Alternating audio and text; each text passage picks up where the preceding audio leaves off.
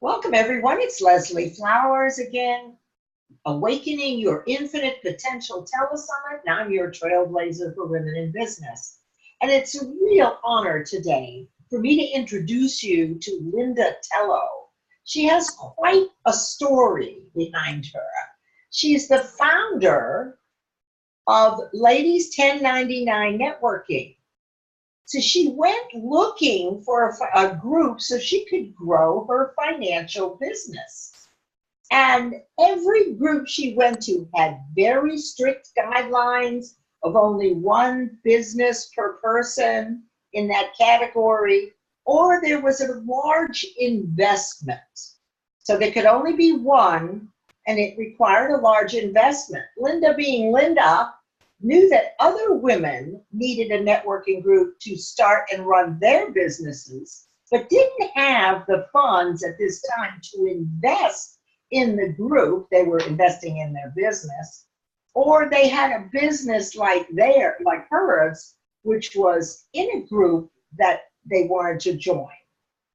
She chose to start her own business, and thus 1099 Ladies was born. Welcome, Lyndah. Hi. How are you?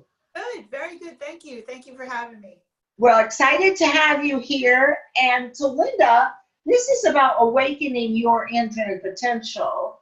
And I'd love to know, before your infinite potential was awakened, and you probably had more than one awakening, but in regards to this particular issue, tell us where you were and how you were experiencing groups before you had your awakening moment, please.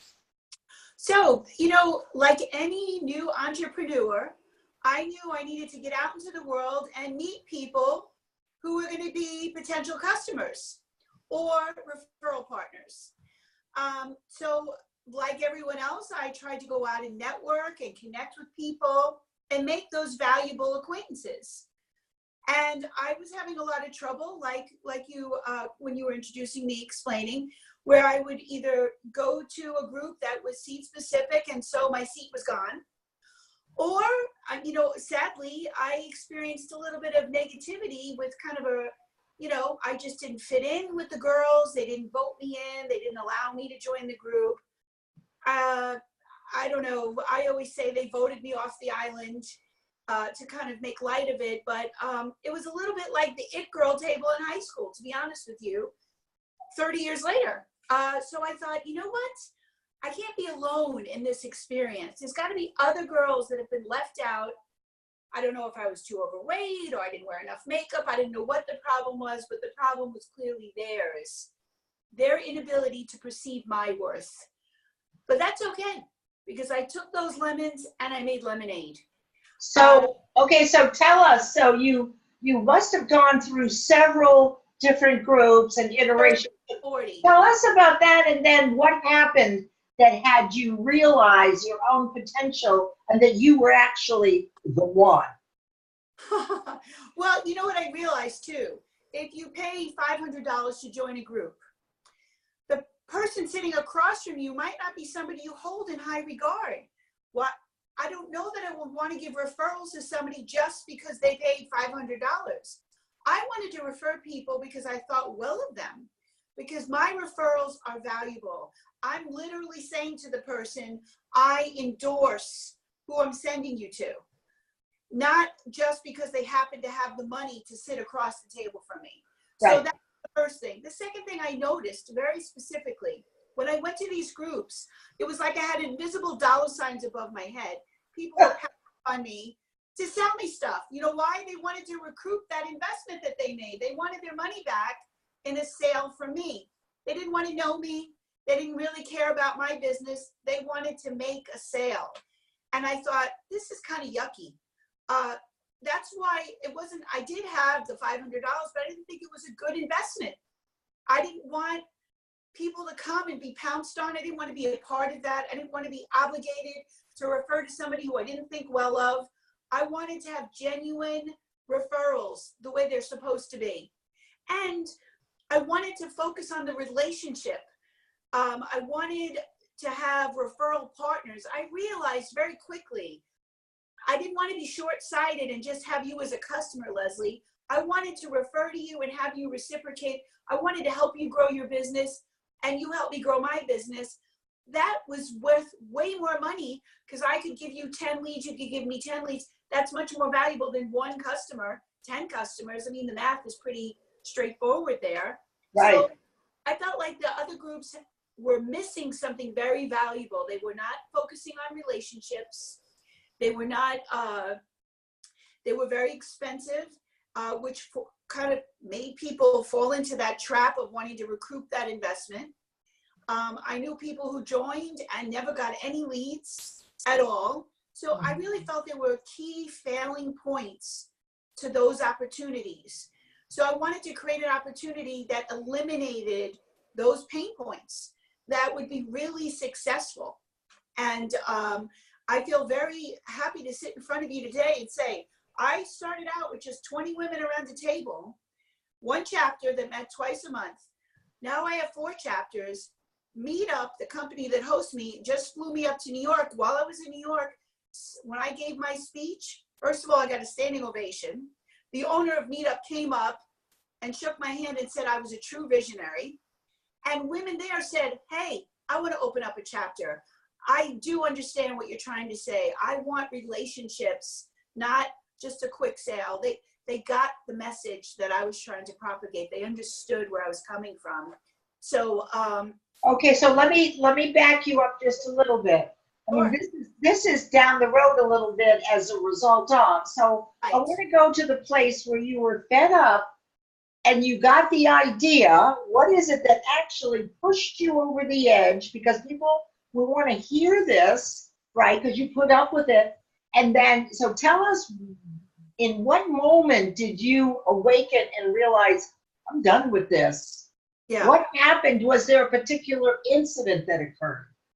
Well, the last group I tried to join, they had nobody that was a financial person there. So the first thing the group said is, well, we want to wait 6 or 8 weeks until we have a visitor's day to see if anybody else applies. So the visitor's day came. One other person was there and they applied. And without even talking, they said, we picked this person. So I'm like, so you said to yourself in that moment, they just didn't want me. They were just waiting for anyone else to come along. And I thought, all right, I'm not going to do this anymore. This is silly. At some point it becomes almost like an abusive thing. I'm not going to just keep being a doormat. I'm not going to subject myself to this rejection anymore. I'm done.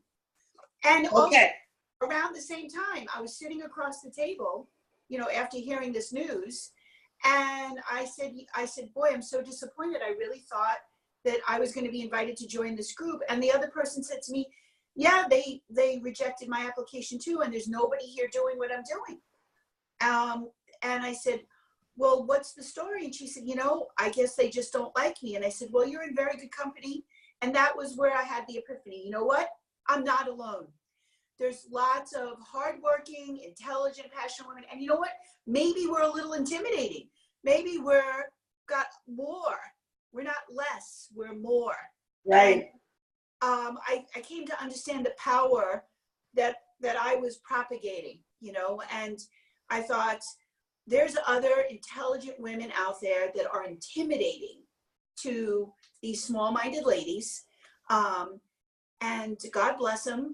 That's fine if they want to sit in their little and just have coffee, every week with each other and think how smart they are.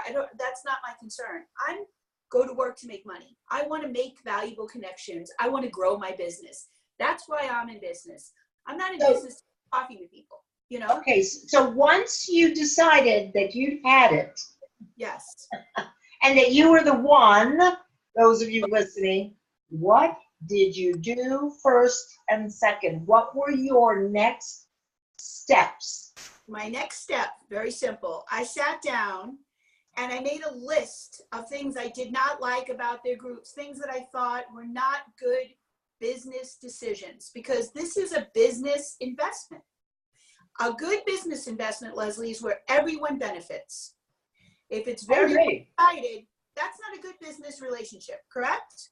Right. So I made a list of things that I thought were inappropriate business investments. Number one, mandatory attendance. If someone has a chance to make money and they come to my meeting, I'm going to be disappointed. I'm going to say, what are you doing here? Go meet your clients. Don't you ever turn down a chance to make money to come meet me. Tell me later and we'll celebrate, but don't lose that opportunity. A client always trumps a meeting, which at their meeting, you're only allowed so many absences. You have to find somebody to go in your place. It becomes like a second job to maintain it. I didn't want to be a burden to somebody. I wanted to be a blessing. So the first thing you did was made a list of the things you didn't like, which of course, if you flip them, actually creates the mission for your group because it's the opposite. You're stealing my thunder here, girlfriend. You're stealing my thunder. Oh, I'm sorry. That's exactly right. You make a list of what you don't like, and the reciprocal is what you do like, because it's easy to touch a pain point. Your mind goes right to it. It's not easy to put your eyes on the horizon and make a wish list, because that somehow seems unfathomable. But if you start at a pain point and you just do the opposite, now that's within your realm of experience, right? So now I took this list of things that I thought were very valuable, and I was out at other networking meetings, and I would talk to ladies and I'd say, hey, I have this vision for a group. It's going to be called 1099 Ladies, so it's recognizable that it's for self-employed women, okay? That it's not a coffee group, that we are business women. And I want to do this, this, and this. And I went down my list. Is that something that you think you would want to join? And people said yes. I said, okay, give me your contact information. So when I'm ready to pull the trigger, I have a list of people I can reach out to say, okay, this is the meeting I was talking to you about. This is when we're meeting. This is the venue and all those kind of details. I left that for last. I really wanted to focus on if I could get a core group of people who had, one, similar experiences to me, and two, valued what I was going to do next. Because I wanted to be in a place where I was celebrated, not tolerated. I wanted a sisterhood of women who were like-minded. I wanted to be very positive. I wasn't going to deal with this catty meow meow, insulting, I'm too fat, I'm too this. Did you see she wore her makeup this way or that? I didn't have any time for those silly nonsense conversations. So I wanted people who thought like that as well, because I knew that contributed to the success of the situation. Does that make sense? Yeah. So really what I'm hearing is that, you put up with it for a while, and then your awakening moment is you were done with that, feeling that way, and being investing time for those kinds of experiences. They weren't moving you forward. So you made a list of all the things you didn't like, you determined the things you did like, and you went and started talking about it. I didn't like those fees. I didn't like mandatory attendance. I didn't like it being seat specific. I felt like if there were 2 real estate agents, you know what, there's enough clients for 2 people in the whole state. Come on. Right. So what happened? So then what happened with Meetup? So you started with what, and normally, this is pretty unusual what's happened to you. So you started one group, and tell us a little bit what happened just from this one awakening that you had. What has happened? Well, it's completely amazing. And I'm going to give you, so when I was at Meetup, I told them everything was for free. And I said, now I'm sure you're thinking, how does this girl make any money? Why would she do this? This is not the Salvation Army. This is a business networking group. I don't understand. So I explained that the value of a relationship is priceless. Some people are so poor, all they have is money. They didn't understand the value of the relationship. And so I picked one relationship as an example. I said now remember, I'm self-employed. There's a lady who is a mortgage broker. And it's very hard to refinance things when you are self-employed. You need tons of papers to document all kinds of nonsense. In my opinion, it's 3 or 4 times the amount of paperwork as if you were an employee somewhere with regard to documentation. They're very suspect of everything. But in any event, she worked very hard. She got me a great deal on the house that I live in, plus my rental properties. she saved me $66,000. I'm a math person. I know, I did the crunching of the numbers. And I realized at that moment that I could pay for this meetup for the rest of my life and not even touch a break-even point. And that was one relationship. Leslie, I have hundreds of relationships. Now, that was a big ticket item, but there's a million little ticket items that if you scooped them all together, it would more than surpass that one big one, because each thing is a much smaller thing, but it doesn't matter.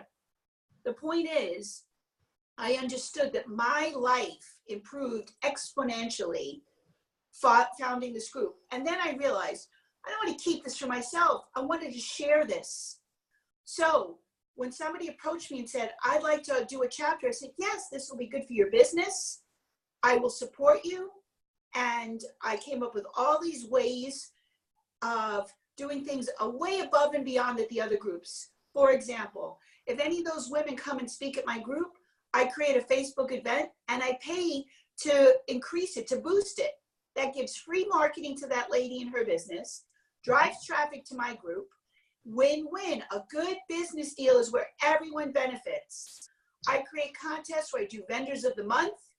So one vendor puts up a little prize. Every day I advertise her for 30 days. Somebody wins. But again, the next month, it's a new girl and a new activity. And it's all driving traffic to the group, helping another woman grow her business. It's a very positive group. When did you start all this?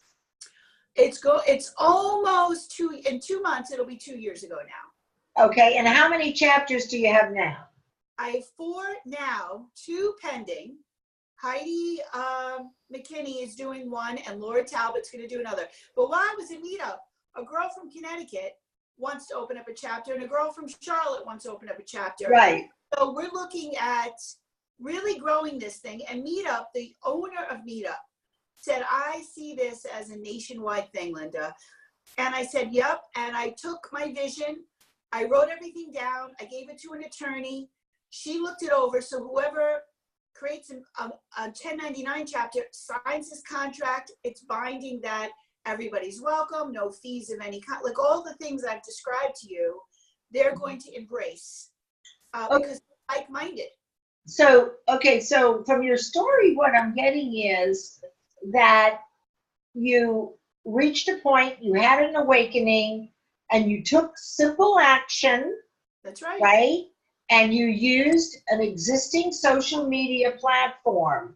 So Yes. What would you tell the people that are listening now that are at the point of awakening themselves? Not so much about 1099s, but more about Lyndah Tello, who reached that point. What would you, if you had one piece of advice to give to any woman who was on the verge of awakening as you were, what would that be?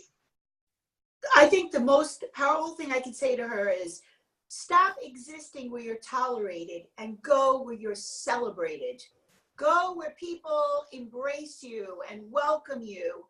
If I ran into any one of these ladies on the street, they hug me hello. We genuinely have a deep and wonderful relationship. They could call me at 2 in the morning and say, I have a flat tire, I want to jump in my car, and I would go help them. That's the kind of bond that I have with these ladies. You should enjoy the same kind of sisterhood and friendships that I have. Number one, it will help you grow your business. So your advice is do not tolerate. That's right. When you and it sounds like a lot of intuition work too, because finally your intuition overrode the way you had been feeling in those groups. So we're running a little short on time because this is such a great story, and out of it came Meetup recognized you and took you to New York, but that's the result of the awakening. Yes. And taking those steps. Yes. So Lyndah, you have a download for people. I do. And so tell us a little bit about it. So everyone, I'd love for you to download Lyndah's materials. And so what can they expect when they get your materials? You know, what I'm going to help them do is solidify their vision for their business, solidify a plan to accomplish that. Talk about is building their tribe of people that they are going to help and who are going to help them in return, and have the same incredible experience that I've had. I want them to know the joy. My cup runneth over. I want them to feel that. I want everyone to feel that. And I will do anything within my power to help them accomplish that. So I'm a part of their dreams and their goals and their success. It would be my privilege to be a part of such a wonderful thing. I'm looking forward to it. I love it. And we're both original New Yorkers, so you can see we're talking over each other. That was not planned, by the way. Sorry. So everyone, I thank you so much for tuning in. This is Lyndah Tello. And I recommend that you listen to this presentation again. There's a couple of really beautiful nuggets in here when you're at your wit's end and you know there's something better and you want to take action on it. It was not complicated. She did two things. And as a result of doing two things, she created a whole world. That's so right. Lyndah, thank you so much for carving out time to be with us today and sharing your awakening of your own infinite potential. Everybody, I will see you at the next presentation. Lyndah, we are grateful to you. Thank you so much.